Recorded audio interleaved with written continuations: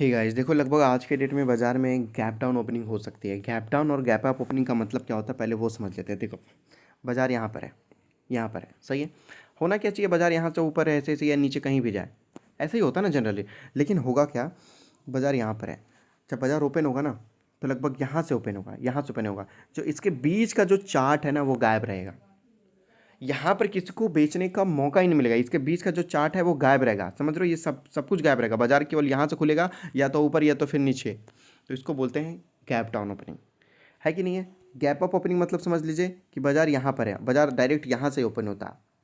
तो ये क्या होता है कि SGX निफ्टी अगर आप देखोगे तो 250 पॉइंट डाउन है, 250 पॉइंट। और ऊपर से लगभग देखोगे पिछले कुछ दिनों में तो फॉरेन वाले ने माल बहुत बेचे हैं। लगभग 7,000 करोड़, 3,000 करोड़, 4,000 करोड़, 2,500 करोड़, 2,700 का, लगभग 1,200 करोड़ का हर बार, मतलब काफ़ी बड़ा बड़ा माल बेचा गया। इस महीने में तो बहुत ज़्यादा हो गया। और लगभग फेड की जो मीटिंग आई है वो भी लगभग पूरी तरीके से पॉजिटिव नहीं है।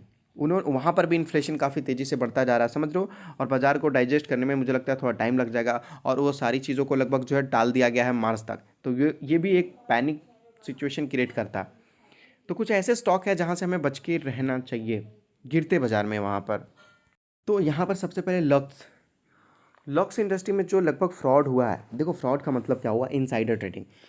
लोग पहले माल खरीद लेते हैं, कंपनी के जो मालिक वगैरह होते हैं, इनके बेटे वगैरह सभी शामिल थे इनमें। तो पहले माल खरीद लेते हैं और फिर क्या करते हैं, पब्लिक को ऊपर में जाके बेच देते हैं, ऊपर में जाके पब्लिक को बेच देते हैं। और फिर शेयर का प्राइस गिरना स्टार्ट होता है तो पब्लिक को लॉस हो जाता है।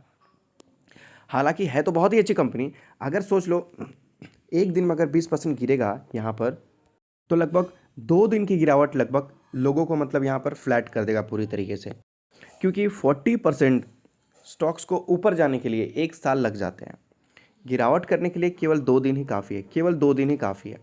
और ये भी किसके वजह से, कंपनी की वजह से, कंपनी के जो इनसाइडर ट्रेडिंग है उनकी वजह से। तो भाई गलती उन्होंने की है, लेकिन ये सबको भुगतना पड़ता है, जितने भी शेयर होल्डर हैं सबको भुगतना पड़ता है यहाँ पर, है कि नहीं। तो ऐसे स्टॉक से मुझे लगता है दूर रहना चाहिए, ऊपर जाए चाहे नीचे जाए, क्योंकि फ्रॉड का मामला है, पता ही नहीं चलेगा किधर जाएगा स्टॉक करके, सही है।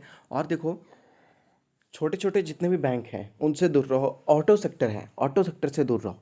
टाटा मोटर, अशोक लेलैंड, इस सब में थोड़ी बहुत नमी आ जाती है। जब बाजार में गिरावट होती है ना तो ये सारे स्टॉक्स ऑलरेडी गिरना स्टार्ट कर देते हैं।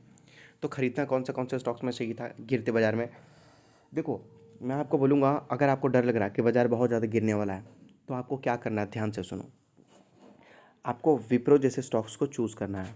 इसके पीछे का रीज़न है, रीज़न इस वजह से है, लार्ज कैप है इस वजह से नहीं बोल रहा हूँ मैं, इस वजह से क्योंकि IT सेक्टर में सबसे ज़्यादा गिरने वाला स्टॉक केवल विप्रो है, केवल विप्रो है। लगभग 20-22% की गिरावट हो चुकी है। सपोज मान लेते हैं इन केस और 2-4% की गिरावट हो जाए, मान लेते हैं, तो ये ना आप नीचे से खरीदोगे ना तो आपका पैसा मुझे लगता है कि डबल कर देगा, वो भी कुछ ही समय में। जो स्टॉक 800 रुपये जाने वाला था वो स्टॉक अगर 500 रुपये में मिलेगा यहाँ पर, तो फिर क्या तकलीफ है, कोई तकलीफ नहीं है। तो ऐसे स्टॉक्स को खरीदो।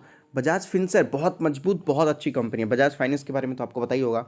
ये स्टॉक्स लगभग 20,000 रुपये के आसपास जाने वाला था, थोड़ी रिजल्ट खराब आई, थोड़ी मार्केट ने गिरा दिया, और उसके बाद लगभग 15,000 के आसपास देखने को मिल रहा है। ये अगर गिरावट में देखने को मिलता है तो ऐसे स्टॉक्स को खरीदो। ऐसे स्टॉक दमदार प्रॉफिट निकाल के देंगे। टाइटन वगैरह हो गया, तो ये सारे समझ लो, ये सारे स्टॉक्स को आपको लगभग, माहौल गिरते हैं तो ज़्यादा टेंशन लेने वाली बात नहीं है, ऐसे स्टॉक्स को खरीदना ही चाहिए, समझ लो। और बाकी मैं आपको बोलूँगा कि SBI, एक्सेस, इंडसैंड, ये सबसे बच के रहो भाई। इस सब, हाँ, UPL भी एक अंडर वैल्यूड स्टॉक है पूरे निफ्टी 50 में। UPL एक अंडर वैल्यूड स्टॉक है। और लगभग फर्टिलाइजर सेक्टर में मुझे लगता है कि बजट में कुछ अच्छा हो सकता है, तो UPL जैसे स्टॉक्स पे हम नज़र रख सकते हैं। और डरना नहीं है, अच्छे स्टॉक्स को अपने पोर्टफोलियो में रखना है। और अगर आप स्टॉक मार्केट में नए हो तो अपना डीमेट अकाउंट एंजल में ओपन कर सकते हो, जहाँ पर आप NSE, BSE म्यूचुअल फंड कुछ भी खरीद सकते हो। जो चार्जेस वगैरह होते हैं बहुत छोटे होते हैं। डीमेट अकाउंट तो बिल्कुल फ्री है, डिलीवरी चार्जेस फ्री है, केवल 20 रुपीज़ लगता है, वो भी इंटरडे में। डिस्क्रिप्शन में लिंक है, मिनटों में जाकर अपना डीमेट अकाउंट वगैरह ओपन कर सकते हैं।